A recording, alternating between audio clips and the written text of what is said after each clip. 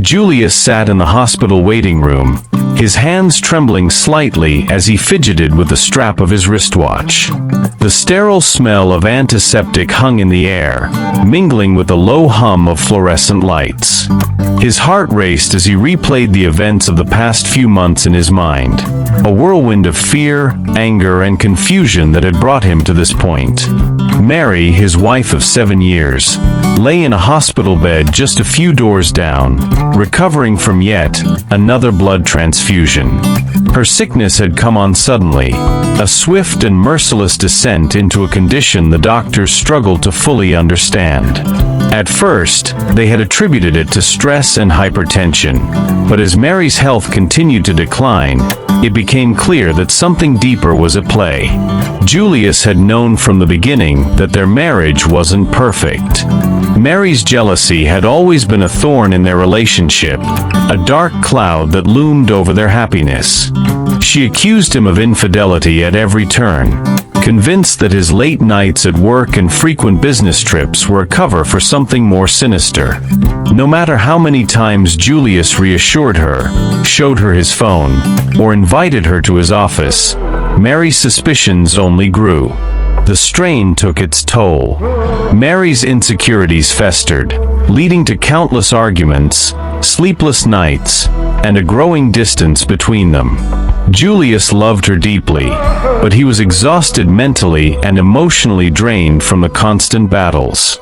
He tried to focus on their daughter Bella, an innocent bright light in their turbulent world. But even Bella's laughter couldn't always drown out the tension that filled their home. As things worsened, divorce became an increasingly real possibility. They had already been through several meetings with a marriage counselor, both of them agreeing that separation might be the only way to find peace. The counselor, a well-meaning man named Dr. John, had listened patiently as they aired their grievances. Julius spoke of his despair at being constantly mistrusted, while Mary voiced her deep-seated fears of betrayal. Despite his efforts to mediate, Dr. John could see that they were on the brink of no return. Their final session with Dr. John had been particularly bleak. He assured them that their divorce papers would be prepared the precise week Mary collapsed in the kitchen. They had both left that meeting with a sense of resignation, believing that their marriage was beyond saving. Julius had been steeling himself for the inevitable, preparing to explain to Bella why her parents would no longer be together. Then one evening, everything changed. Mary collapsed in the kitchen, her skin pale and clammy, her breathing shallow. Julius rushed her to the hospital, his heart pounding in his chest as he feared the worst. The doctors worked quickly, stabilizing her condition and beginning a series of tests. The diagnosis was a shock: severe anemia, coupled with dangerously high blood pressure. The doctor explained that the combination was likely a result of prolonged stress and emotional turmoil. She needed immediate blood transfusions to stabilize her condition. Julius stayed by her side, watching helplessly as the doctors hooked her up to tubes and machines, pumping life-saving blood into her veins. The transfusion seemed to work, and slowly, Mary began to recover physically. But something was different. As the days passed and Mary regained her strength, Julius noticed a subtle change in her behavior. The sharp edges of her personality seemed to soften. The constant tension in her voice had dissipated, replaced by a calmness he hadn't seen in years. She no longer grilled him about his whereabouts or eyed him with suspicion. Instead, she was gentle, almost serene. Julius found himself torn between relief and suspicion. On one hand, this new version of Mary was everything he had longed for, a loving, peaceful partner who seemed to have let go of her irrational fears. But on the other hand, the sudden shift was so drastic that it left him uneasy. He couldn't shake the feeling that something wasn't quite right. He watched her carefully, looking for signs that this change was temporary, that the old Mary would resurface at any moment. But weeks went by, and the transformation only deepened. Mary was kinder, more patient, and genuinely interested in Julius's life and work.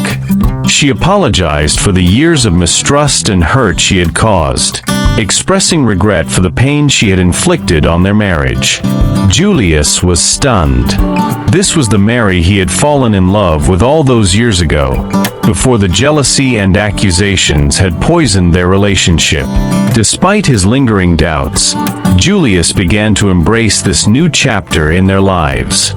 He allowed himself to relax, to enjoy the newfound peace in their home. Bella, too, seemed happier, basking in the warmth of her parents' renewed affection for one another. For the first time in years, their house felt like a home again. But Julius's curiosity gnawed at him. He couldn't ignore the nagging thought that something beyond mere recovery had caused this change in Mary. One evening, after Mary had gone to bed, he sat down with her medical records, poring over the details of her treatment.